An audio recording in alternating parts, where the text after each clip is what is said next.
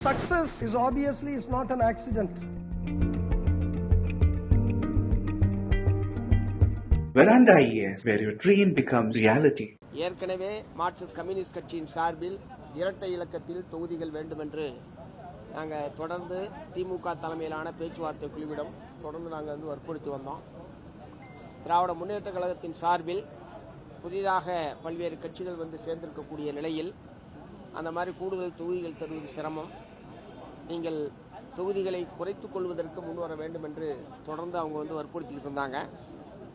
இத்தகைய சூழ்நிலையில் எங்களுடைய கட்சியினுடைய மாநில குழு 2 முறை கூடி இந்த 6 தொகுதிக்கு மேல் என்பதை நாம் வற்புறுத்த வேண்டாம். இப்போது இருக்கக்கூடிய இந்த கூட்டணி வலுவடைந்திருக்கிறது. கூட்டணியில் பல புதிய கட்சிகள் சேர்ந்திருக்கக்கூடிய நிலையில் 6க்கு மேல் என்பதை நாம் வற்புறுத்த வேண்டாம்.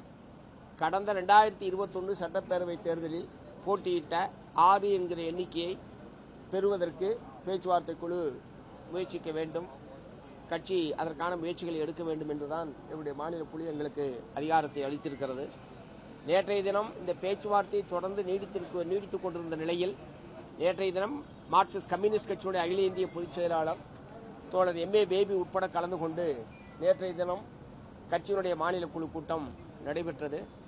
மாநில குழுவும் 6 என்ற எண்ணிக்கைக்கு நாம் உடன்பாடு செய்து கொள்ளலாம் என்கிற முறையில்தான் நேற்றைய தினமும் மாநில குழுவிலே ஒரு இறுதியான முடிவு என்பது எடுக்கப்பட்டிருக்கிறது. இத்தகைய சூழ்நிலையில் இன்று மாண்புமிகு முதலமைச்சர் அவர்கள் அவரை நேரடியாக சந்தித்து இந்த தொகுதி உடன்பாடு சம்பந்தமாக பேசுவதற்காக அழைப்பு விடுத்திருந்தார். அந்த அடிப்படையில் முதலமைச்சர் உள்ளிட்ட பேச்சுவார்த்தை குழுவினர், அதே மாதிரி மார்க்சிஸ்ட் கம்யூனிஸ்ட் கட்சியின் சார்பில் நாங்கள் எங்களுடைய பேச்சுவார்த்தை குழு நேரடியாக சந்தித்து பேசியது. மாண்புமிகு முதலமைச்சர் அவர்கள் அவர்களுக்கு இருக்கிற தொகுதிகளை ஒதுக்கீடு செய்வதில் ஒரு பெரிய அணி, அதிகமான கட்சிகள் இருக்கிறது. ஆகவே தொகுதிகளை ஒதுக்கீடு செய்வதில் இருக்கக்கூடிய சிரமங்களை எங்களிடத்திலே பகிர்ந்து கொண்டார். ஆகவே மார்க்சிஸ்ட் கம்யூனிஸ்ட் கட்சி இந்த அணியில் நீடிக்க வேண்டும் என்று நாங்கள் விரும்புகிறோம். அதே நேரத்தில் இந்த 5 என்கிற எண்ணிக்கையை ஏற்க வேண்டும் என்பதை மாண்புமிகு முதலமைச்சர் அவர்கள் கேட்டுக்கொண்டிருக்கிறார்கள். 6 என்பதற்குத்தான் எங்களுடைய மாநில குழு அனுமதி எங்களுக்கு ஒப்புதல் தருவதற்கு அனுமதி வழங்கியிருக்கிறது. 5 என்பதை இப்போது நாங்கள் உடனடியாக ஒரு முடிவுக்கு வருவது சிரமம் என்பதை நாங்கள் சொல்லியிருக்கிறோம். மாண்புமிகு முதலமைச்சர் அவர்கள் நீங்கள் உங்கள் கமிட்டியில் போய் பேசிட்டு அதை பற்றி சொல்லுங்க, ஆனால் சாதகமான முடிவை நீங்கள் எடுக்க வேண்டும். அது நம்முடைய இந்த அணி தொடர்வதற்கும் 2026 சட்டப்பேரவை தேர்தலை நாம் அனைவரும் ஒருங்கிணைந்து சந்திப்பதற்கும் அது கட்டாயம் பயன்படும். ஆகவே நீங்கள் இந்த 5 என்கிற எண்ணிக்கைக்கு ஒத்துழைக்க வேண்டும் என்று கேட்டுக்கொண்டார். முதலமைச்சருடைய கருத்தை கட்சியினுடைய மாநில செயற்குழுவில் விவாதித்து அதனுடைய முடிவு என்ன என்பதை நாங்கள் உரிய முறையில் தலைவருக்கு செய்திகள் அனுப்புகிறோம் என்பதை சொல்லியிருக்கிறோம். மாநில செயற்குழு கூடி இந்த முதலமைச்சர் இப்படி வேண்டுகோள் விடுத்திருக்கிற நிலையில் அதை ஏற்பதா எப்படி என்பது சம்பந்தமாக நாங்கள் முடிவெடுப்போம் என்பது வாக்குறுதிகள் அப்படின்னு வந்துட்டு இருக்க. இன்னும் கூட்டணிகள் உறுதியாகலன்றதை பார்க்கிறோம். இருபெரும் கூட்டணிகள் முதல்ல இங்கிருந்து ஆரம்பிக்கணும்னு நினைக்கிறேன். விசிகா 6 தொகுதிகள் கடந்த முறை போட்டிட்டாங்க. பட் அவங்க கூட்டணியில எல்லாருக்கும் புதுசா வந்திருக்காங்க சொல்லிட்டு எல்லாரோட கூட்டணியில கட்சியோட சீட்ஸையும் குறைச்சிட்டு இருக்காங்க. புதுசா வந்தவங்களுக்கும் குறைக்கிறாங்க, கம்மியா அவங்க கேட்கறத கம்மியா தான் தராங்கன்ற மாதிரி இருக்கிறது. அதே போல CPM பார்த்தோம், அவங்க 6 சீட் போட்டிட்டாங்க. இம்முறை அவங்க 8 கேட்கறாங்க, டபுள் டிஜிட்ல கேட்டாங்க. இப்ப 8க்காவது வரணுன்ற மாதிரி நிக்கிறதா தகவல். இவங்க எங்களுக்கு 7ஆவது கொடுக்கணும் அப்படின்ற மாதிரி நிக்க மாதிரி தகவல். இவங்களுடைய கூட்டாளி CPI இந்திய கம்யூனிஸ்டுக்கு பார்த்தோம்னா 5 அப்படின்னு சொல்லி முடிச்சுட்டாங்க. மனநிறைவோட அவங்க போயிருக்காங்க. இவங்க எந்த மனநிறைவுல இருப்பாங்க? இவங்க எந்த அளவுக்கு தோழமை சுட்டுதலோட இருப்பாங்க? ஏற்கனவே நான் சொன்னதை அப்படியே காப்பி பேஸ்ட் பண்ணிக்கங்க. முந்தானத்து சொன்னதை தவிர புதுசா எதுவும் கிடையாது.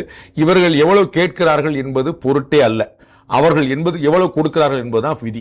வந்துகிட்டே இருக்கும். அவ்வளவுதான். நீங்க அவங்க கொடுக்கறத நீங்க வாங்கிட வேண்டியதான். வேற ஆப்ஷன் இவங்கள்ட்ட இல்ல. ஒரு கதவு திறந்திருந்தது, அந்த கதவை இவர்களே மூடி விட்டார்கள். அதை ஓபன் பண்றதுக்கான வாய்ப்பும் கிடையாது. பெரும்பூட்டை போட்டு சாவி வர தொலைச்சிட்டாங்க. அதனால வேற வாய்ப்பு கிடையாது. இப்போ அது திமுக தெரிஞ்சு இவர்கள் எப்ப சாவியை தூக்கி போட்டாங்களோ, இவர்கள் விசுவாசத்தை காட்டுவதற்காக சாவியை தூக்கி போட்டாங்க. சாவி தூக்கி போட்டோன்னே விசுவாசம் மறைஞ்சு வச்சு வாங்க டீல பேசுங்கன்னு வந்துட்டாங்க. அந்த சாவி திறந்திருந்து, கையில சாவி இருந்து கதவு திறந்திருந்தா திமுக பேசுற விதமே வேறமா இருக்கும். நான் ஏற்கனவே சொன்னேன், இந்திய கம்யூனிஸ்ட் கட்சி ஏன் சம்மதித்தது? ஏன்னா வேற வழி இல்ல. மார்க்சிஸ்ட் கம்யூனிஸ்ட் கட்சியோ விடுதலை சிறுத்தைகளோ ஏன் சம்மதிக்க போகுது? வேற வழியே இல்ல. புதிதாக சேர்ந்தவர்கள் கண்ணை காட்டினாங்கல்ல, புதிதாக சேர்ந்தவர்கள் மக்கள் நீதி சரியா போயிடுச்சா, நாங்க தனி சின்னத்தில் போட்டி விடுறாங்க. தம்பி, உதயசூரியன் தான் நீங்களும் நாமளும் வேறு இல்லை. நீங்களும் திராவிடம், நம்மளும் திராவிடம், 2 பேரும் உடன்பிறப்பு. ஆமா உடன்பிறப்பு. உங்களுக்கு என்ன பிரச்சனை? தனியா இருக்கு, நீ வாங்க. மதிமுகவே வாங்கிட்டு போயிருச்சு. நாங்க சூரியன், நீங்க டார்ச் லைட், அவ்வளவுதான் முடிஞ்சு போச்சு. நீங்க வந்து இந்த ஏரியால பண்ணுங்க, நாங்க அந்த ஏரியால பார்த்தோம் சொல்லிட்டு சோ எல்லாமே வந்து ஒன்னா தான் இருக்குது. அவர்களும் அப்படித்தான் போட்டு போறாங்க. சோ திமுக கொடுக்கிற இடத்தில் மட்டுமல்ல, தீர்மானிக்கிற இடத்தில் இருக்கிறது. இவர்கள் கேட்கிற இடத்தில் மட்டுமல்ல, வாங்குற இடத்தில் இருக்கிறார்கள்.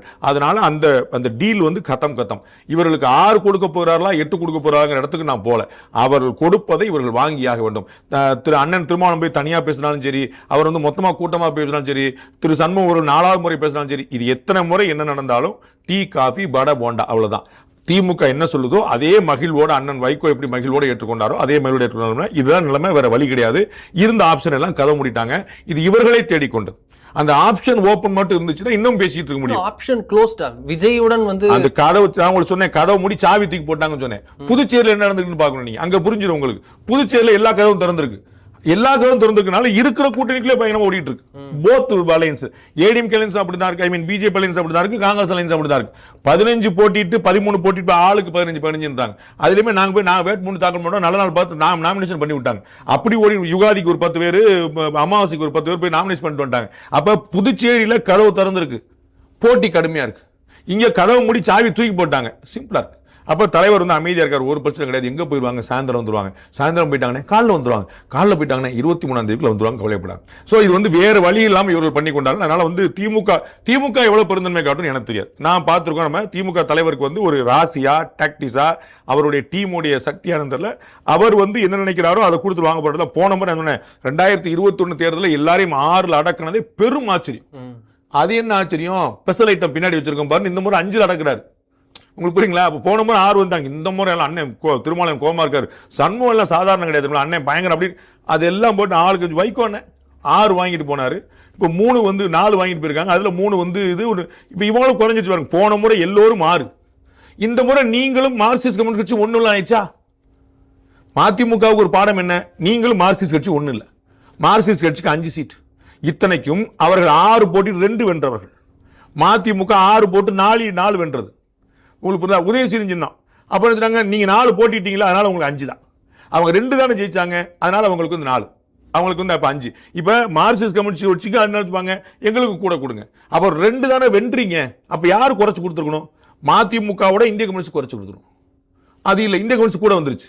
அப்ப இது வந்து திமுக என்ன நினைக்குது, அவரவரை அங்கங்க இடத்துல வைக்க நினைக்குது. அதை செஞ்சது 2026 விட 2021 டஃப் நெகோசியேஷன்.